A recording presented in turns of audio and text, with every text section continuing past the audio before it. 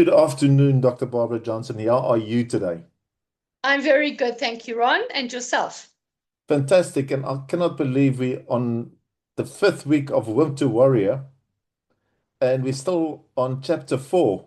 And it's part one. We're going to talk about um, chapter four. Can you maybe just explain why we're breaking it chapter four down in certain parts for the listeners? Certainly. Sorry, I'm just trying to grab my books. Um, so, chapter 4 comes out of Wimp to Warrior. And why we have broken it up into three parts now is because of the fact that chapter 4 describes all eight of the dimensions of life. And clearly, too much information for a 20-minute podcast. So, therefore, it was the first three, the second three, and now today we're doing 7 and 8, which are the contribution part and the soul part. And I think it's a great opportunity for the listeners of chapter four being broken down into certain sectors so they can go back into the YouTube video and say, okay, I want to know more about what this chapter can offer and use us as part as a learning for their own mindset and grow themselves through using the YouTube video. Um, as listeners know, this book is not just about reading, it's about putting it into practice and always make sure that you've got a colored pen like I've got here, where you can click the different colors and use it for your journaling because by applying that into the this chapter, you will start learning and growing going forward.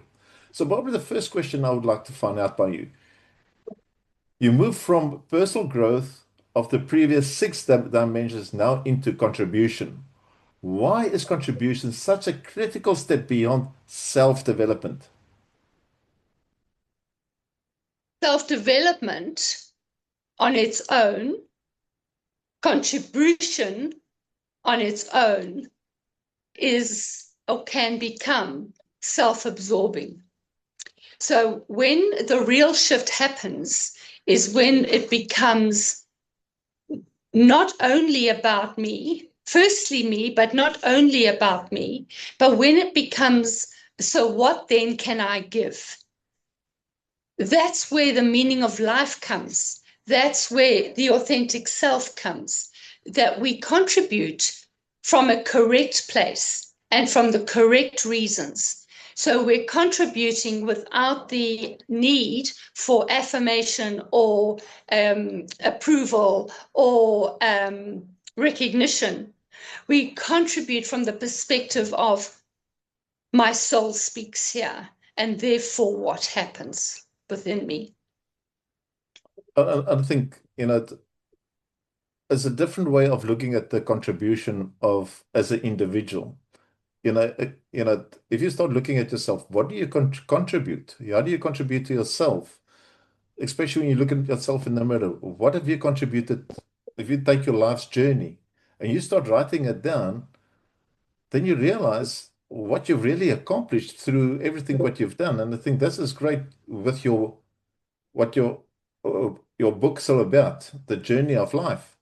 Which brings us to the second point. You speak about the soul dimensions. How do you define that the way that's practical, not abstract and spiritual fluff? So, from the perspective of soul, from a practical, everyday perspective, for me, it isn't something mystical and or religious or airy fairy. It is practical alignment. And what does that practical alignment look like?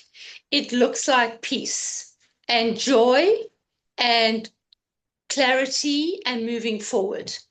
Today, I was out of alignment with my soul. I was irritated and annoyed and lacked clarity. Soul is about self, coming back to self, being the authentic self, finding self, pulling self towards self, knowing what is correct for you and what is not correct for you. Circumstances within our energy and in our environment can throw us off track. The trick here, I believe, Ron, is to acknowledge it, talk to it, scream at it if you have to, but find self again in the alignment of what is true for self and what is true for your way forward. And I just like what you just said, understanding self. And I was listening to a TikTok video and say sometimes we feel down and out and stuff like that, things might not work in your favor. To give you something simple that happened today. Okay, I went to go put in petrol. And in this on this with this petrol station, everything is electronic. First, have to put your debit card in, and all of a sudden, I said to Dawn, "There's 28 pounds that's been gone." But meantime, somebody else's amount is on there. Oh, Oh, hang on.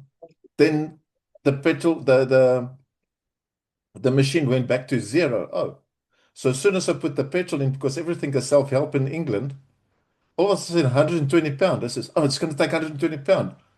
No, it's a maximum because I didn't read because you're panicking because it's something new. And yes. and all of a sudden I put in 50 pound and Bob's your uncle, I'm happy. So all of this hesitation, pressure and stuff like that, I'm happy to go. 3 kilometers down the road, I look in the rearview mirror, I never put on my petrol cap.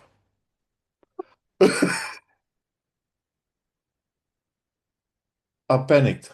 And you know what? There's a TikTok video that says, just put a smile on your face, everything will be okay. Doesn't matter what you're going through.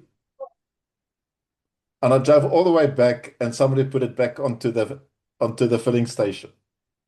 So, and sometimes this is what's so important about what you just said, your soul. All of a sudden you panic, but it's not as bad. The petrol cap will be there. If not, you can always purchase one. Don't make it a big thing. And I thought I'd just mention it as a story, and I think it's so relevant what we're just speaking about. Question 3. Many people feel lost when it comes to purpose of their lives. I mean, I love the word purpose. What's the biggest misconception about people have about finding their contribution to life? So it's a loaded question, Ron. Purpose, first of all, doesn't show up on a silver platter.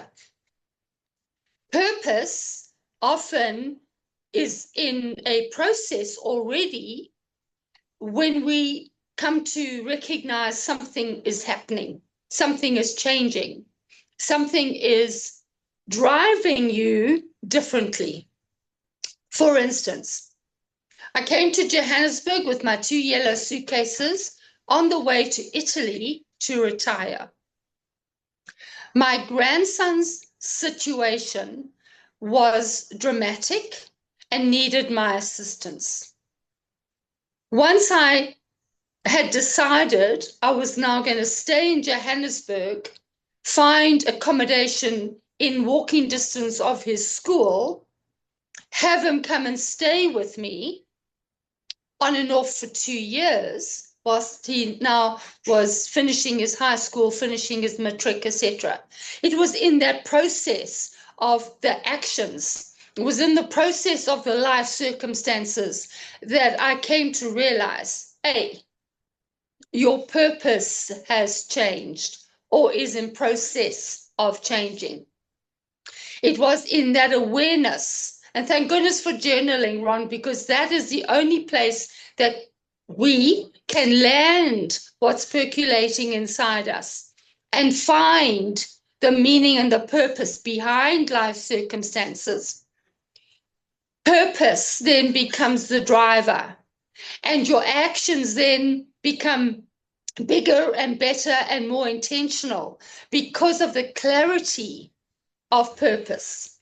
The change in the life circumstance, the change in the actions then drives you into a purposeful, intentional, meaningful life experience. And I think that's so important because I think when it comes to purpose, people get gets confused between purpose and passion. And the reason why I mention it is a lot of people, and I was one of them, is always put follow your passion, follow your passion. But passion doesn't mean it's your purpose that you want to follow that passion. Sometimes it might be a gift of all of a sudden you landing up into something different, like yourself writing 2 books. And that was through life experiences, and that found a new purpose of like we're doing now, a podcast, because everything changes of where we want to go.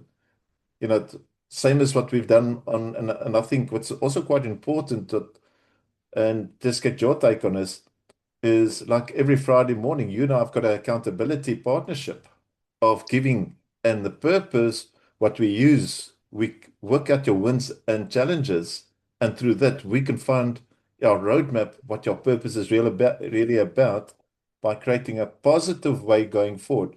What's your take on that, Barbara? Well, I think the fact that we do have an accountability on a Friday, we have a conversation, we have a stepping forward, an action. The action talks into fueling the purpose. The action talks into the realization of the purpose. Again, I say it doesn't land on a silver platter. It is something that evolves. And so our accountability on a Friday helps us evolve through action, conversation, and taking the next step. So it has become purposeful for me to have an accountability with you on a Friday morning for the fact that I am growing myself, growing my business, opening my mindset to doing things differently because of AI, because of your involvement with AI, and the combination of AI and the human perspective from my side. The combination of the two is showing us something that has become very relevant in the business world, the threat of AI in the workplace, taking away jobs, making people feel insecure. But the fact of the matter is, they go hand in hand. They work well together. So the purpose of our Friday mornings together, I believe, is still in process. I think we have created some purpose in doing the Wimp to Warrior podcasts. We've done the Yes, Yes, You podcasts. Those are purposeful, absolutely. But there will be more to come. There will be more to come in the development of both you and me from a business perspective, a personal perspective, from how we are going to work together and work forward. And Barbara, the reason I put that forward is, and that's why I say that purpose, especially question 3, what I put forward on purpose, is I just looked at the roadmap. We're going now for a year on accountability, and I just looked at what I've accomplished through the wins and challenges of you. I have to be accountable to what I've achieved, what I'm going to do for the week, for the next week. And now my purpose has changed to the new direction. And I think this is what's important of purchasing the book Wimp to Warrior on the 8 dimensions, because that forms part of what we want to achieve, not what we, but what I want to achieve in my business. Each one's got their own business gift or passion, but how you apply your purpose in going forward. So, question 4 is, how does someone know the difference between ego-driven ambition and true soul-led contribution? Ego is more the insecurity and the seeking of approval from outside. The soul is more the personal, deep impact we want to make. It is the soul that drives the ego, not the other way around. It is the soul that, in its clarity, in its glimpse of understanding what it is that it is about, that the ego can be used positively rather than negatively. So let me give you an example. 9 years of age, I am standing on my parents' driveway, a house that extends across 2 acres of land. And I say to the heavens, what more is there to life than this? My soul was crying out for direction, for the more of life. My ego would have said, well, what's the matter with you? Why don't you know? Follow in the footsteps of your family. My family was not the same mindset as mine. My contribution to my family is that I have a different mindset. Not that it is appreciated or accepted, but that I know that my mindset adds value from a different place because it's mine and because it is different. So ego plays a very difficult part in this process, and one has to keep on checking in that it is not your ego that is taking over, but that you go inside, you go deep, and know what your life mission is, your life task is, and work consciously with that. Here's the issue. Most people don't know what their life task is. And that's where the frustration is. And that's where the ego takes over. Because the ego is strong. Ron, the ego is strong.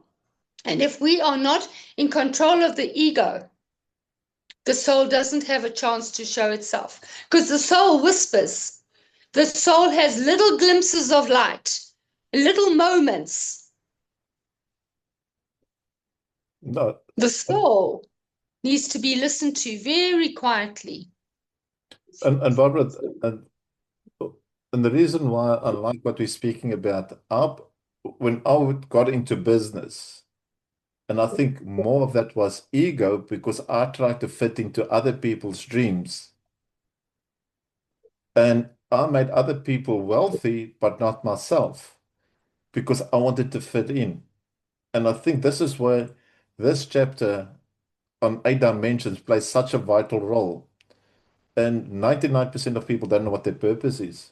So, guys, read chapter 4. Make sure you understand 8 dimensions of life. Barbara's details will be in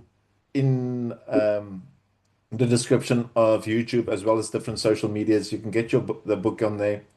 So, question 5, you talk about trusting the true self.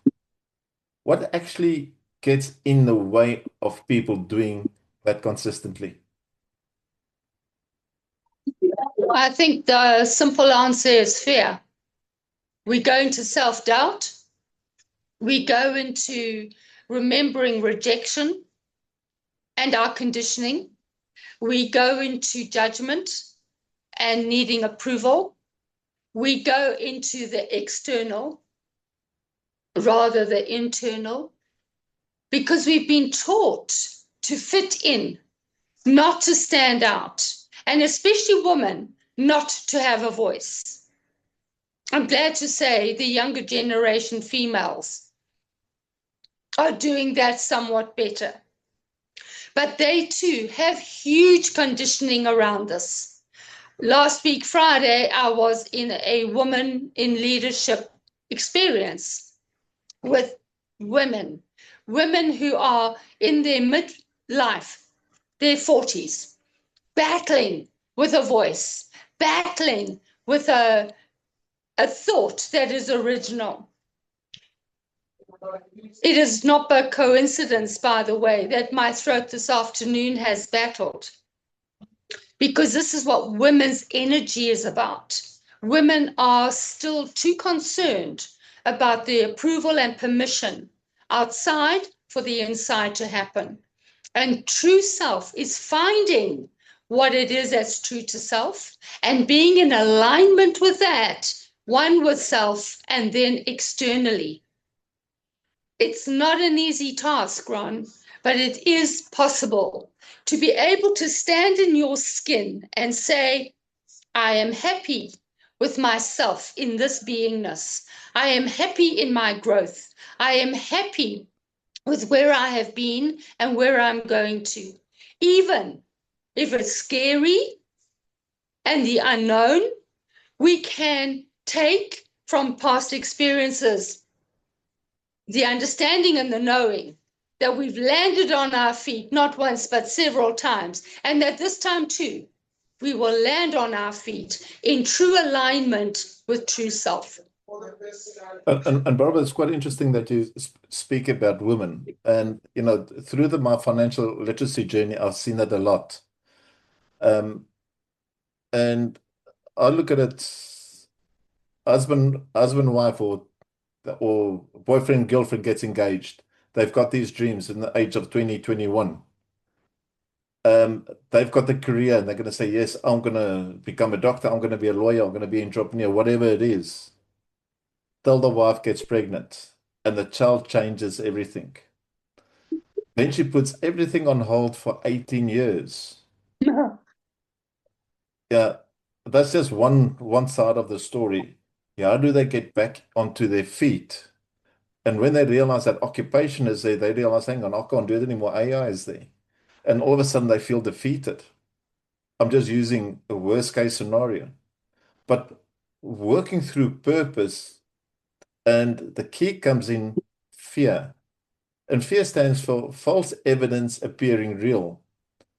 But how do you do that? You start looking at your own life by journaling, reading chapter 4, looking at the 8 dimensions of life and applying that, and work with people like yourself to get that girl, that woman, or that person or that entrepreneur onto the next way of thinking, because life changes by the second.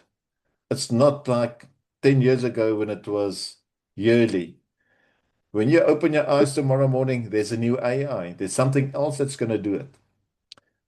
AI is just a tool. You don't have to fear it. You just have to embrace it to make it work. So, Barbara, the last question is, because we on the 20 minutes, is if someone is listening and feels disconnected from meaning right now, what is the first step you would tell them to take? Take a small step in the right direction.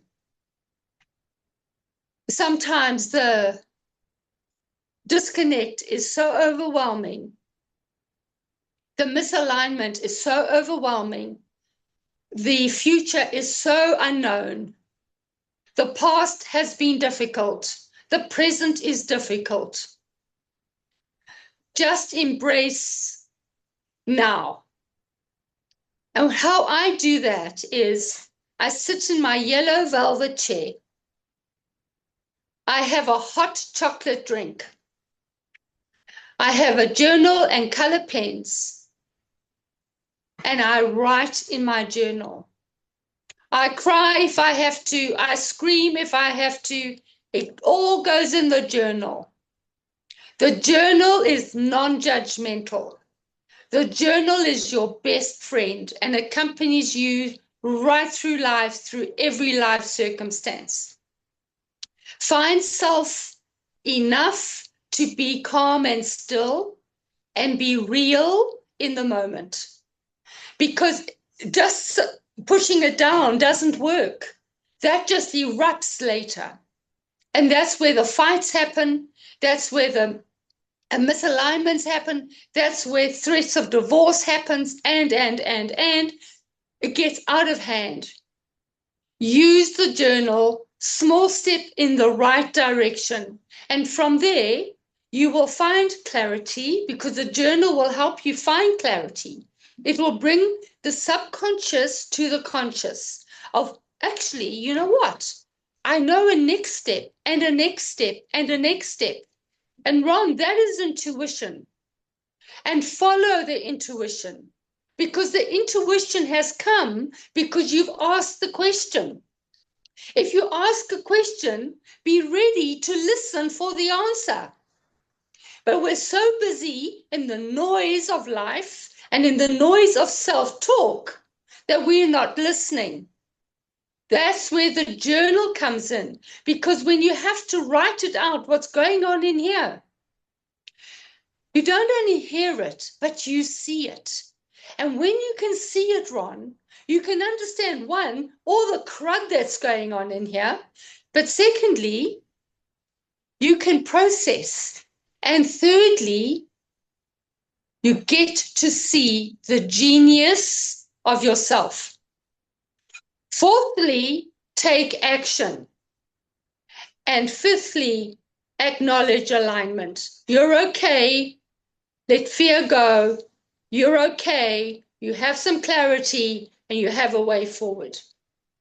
Thanks for that, Barbara. And I want to finish off and say we all go through pain.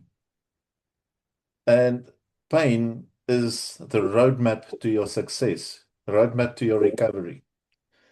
But if you're going to sit and not write it down to figure out, and you start putting it through your journal, automatically new ideas will come through. Stop trying to please others, start pleasing self and grow self. Go read chapter 4. Buy the book, Wimp to Warrior.